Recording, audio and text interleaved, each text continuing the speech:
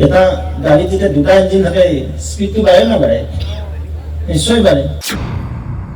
এতিয়া এনেকুৱা ভাল ব্যক্তি থাকে তেওঁ পলিটিকেল পাৰ্টি বেনাৰত খেলিব টান পায়।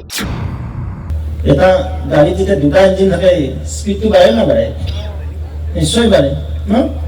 ডাবল ইঞ্জিন কৈছোঁ যে ডাবল ইঞ্জিন চৰকাৰে আজি অসমৰ হওক দেশৰ যি প্ৰশাসন ব্যৱস্থা অধিক টনকিয়াল কৰিছে, সেই মুহূৰ্তত আমি সকলো সৌভাগ্যৱান। এইকাৰণে সৌভাগ্যৱান এনে অৱস্থাত আমি পাৰ্টিৰ কাৰ্যকৰ্তা হিচাপে পৰিণত হৈছোঁ। সেইকাৰণে মই যিসকল নৱগঠিত বুথৰ 11+1 কিমান 11জনী আৰু এজন হয় নহয় 12 নে? এজন বুথৰ সমিতি আৰু 11জন দায়িত্ব দিয়া হৈছে। মই সকলোকে শুভেচ্ছা জনাইছোঁ। এতিয়া আমি হিচাপ ল'ম আৰু আজি যি এবচেণ্ট থাকিব তেওঁৰ নামটো আজি কাটা যাব।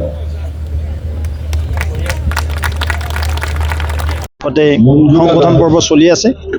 যোৱা 1 ছেপ্টেম্বৰৰ পৰা এই সংগঠন পৰ্ব আৰম্ভ হৈছিল। ইতিমধ্যে আমি প্ৰাথমিক সদস্য অভিযান সমাপ্ত কৰিলোঁ। দ্বিতীয়তে আমাৰ সক্ৰিয় সদস্য অভিযানো আমাৰ সমাপ্তিৰ দিশত গ'ল। তৃতীয়তে আমাৰ বুথ গঠন হ'ল। আজি আমাৰ ৰঙিয়া সমষ্টিৰ নৱগঠিত যি 31 নং ৰঙিয়া বিধানসভা সমষ্টি আছে, আমাৰ মুঠ পুলিং ষ্টেচন হৈছে বুথ হৈছে 256 আৰু আটাইকেইটা বুথ সমিতি আমাৰ গঠন হ'ল আৰু আটাইবিলাক সন্মানীয় বুথৰ সভাপতিক আজি আমি আমন্ত্ৰণ জনাইছিলোঁ। যিহেতু যোৱা 15 দিন ধৰি তেওঁলোকে বুথে বুথে গৈ সভা সমিতি পাতিছিল আৰু যিসকল নৱগঠিত বুথৰ সভাপতি হ'ল তেওঁলোকক আজি উষ্ম আদৰণি জনোৱা হ'ল আৰু তেওঁলোকৰ নেতৃত্বত অহা যি পঞ্চায়ত নিৰ্বাচন, লোকসভা, বিধানসভা নিৰ্বাচন বা অন্যান্য যি নিৰ্বাচন হ'ব, প্ৰতিটো নিৰ্বাচনত কিদৰে তেওঁলোক সাজু হ'ব লাগে সেই নিমিত্তে তেওঁলোকক আজি আলোচনা কৰা হ'ল আৰু নিশ্চিতভাৱে তেওঁলোকৰ বলিষ্ঠ নেতৃত্বত আমি 2026ত বিধানসভা লগতে 2025ৰ প্ৰথম হাফতে যি পঞ্চায়ত নিৰ্বাচন অনুষ্ঠিত হ'ব সেই বিষয়ে তেওঁলোকক আজি আমি দায়িত্ব অৰ্পণ কৰিলোঁ। এতিয়াও আমাৰ যিটো লটাৰী হ'ব লাগে লটাৰী হোৱা নাই, অৰ্থাৎ পঞ্চায়তত 50% ৰিজাৰ্ভেশ্যন ফৰ ওমেন, মহিলাৰ কাৰণে 50% ৰিজাৰ্ভেশ্যন আছে। তাৰ উপৰিও তাত কাষ্ট কমিউনিটিৰ কথা আছে, ST SC ৰিজাৰ্ভেশ্যন থাকে, অ'পেন কেটেগৰী থাকে। এই গোটেইখিনি কথা উপায়ুক্তসকলে এইটো লটাৰীটো কৰে। তাৰপিছত আমি গম পাম ক'ত ফিমেল পৰিল ক'ত মেল পৰিল। য'ত ফিমেল হ'ব ফিমেলে খেলিব, য'ত মেল হ'ব তাতো ফিমেলে খেলিব পাৰে, কিন্তু ফিমেলৰ ঠাইত মেলে খেলিব নোৱাৰে। অ'পেন আৰু ৰিজাৰ্ভ কেটেগৰী থাকে দুটা।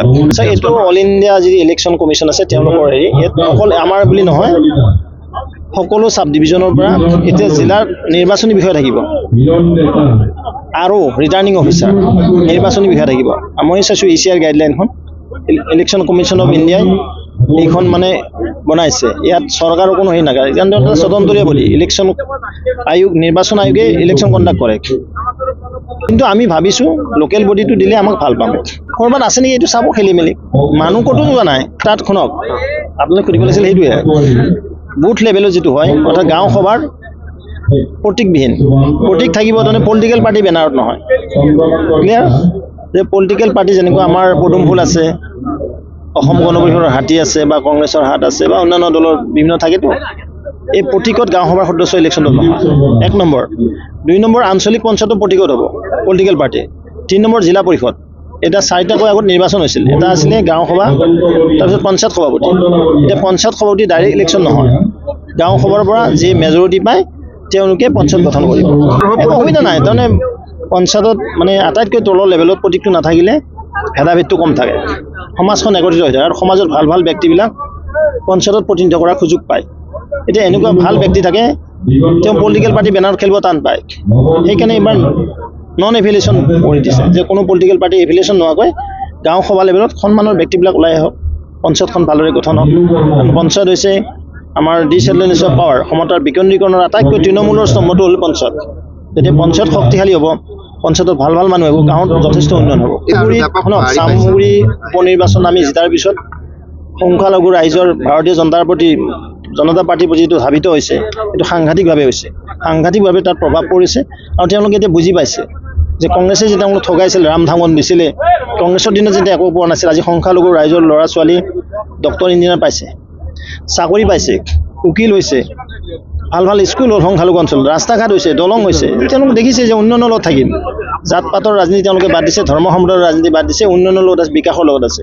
ডাবল ইঞ্জিন চৰকাৰে সকলোকে কৃষকৰ পইচা দিছে, সকলোকে জনধন যোজনাত আঁচনি দিছে, সকলোকে ফ্ৰী ৰেচন দিছে, তো এইবিলাক কথা তেওঁলোকে চিন্তা কৰিছে আৰু সেইকাৰণে তেওঁলোক এতিয়া ওলাই আহিছে আৰু সেই নিমিত্তে আমাৰ ৰঙিয়াতো মেক্সিমাম সংখ্যালঘু ৰাইজ ভাৰতীয় জনতা পাৰ্টি পিনে খাৰা হৈছে। আপোনালোকে দেখা পাইছে ইয়াত 15%কৈ এবাৰ বুথৰ সভাপতি আছে, অৰ্থাৎ 256টা বুথত প্ৰায় 40গৰাকী বুথৰ সভাপতি নিজে দায়িত্ব লৈছে। তেওঁলোকৰ মাজত কাজিয়া হৈছে যে মুখে লাগে, আজিও আমি ধুইবেলা ক্লিয়াৰ কৰিব নোৱাৰিলোঁ 2টা বুথ। ঘৰত আনন্দ আৰু সম্পৰ্কৰ চমক বজাই ৰাখিবলৈ জৰুৰী হৈছে সকলো আনন্দময় মুহূৰ্তত মৰমৰ উপহাৰ দিয়াটো। সেইবাবে মধুশ্ৰী জুৱেলাৰ্ছে আনিছে সকলো ৰঙীন ক্ষণৰ বাবে বিশেষ গহনা। হীৰাৰে হওক, সোণৰে হওক বা ৰূপৰে হওক, শ্ৰেষ্ঠ ডিজাইনছ আৰু হলমাৰ্কযুক্ত গহনাই ৰাখে সম্পৰ্কক নিখুঁত। তেনেহ'লে আজিয়ে আনক আনন্দ মধুশ্ৰী জুৱেলাৰ্ছৰ সৈতে।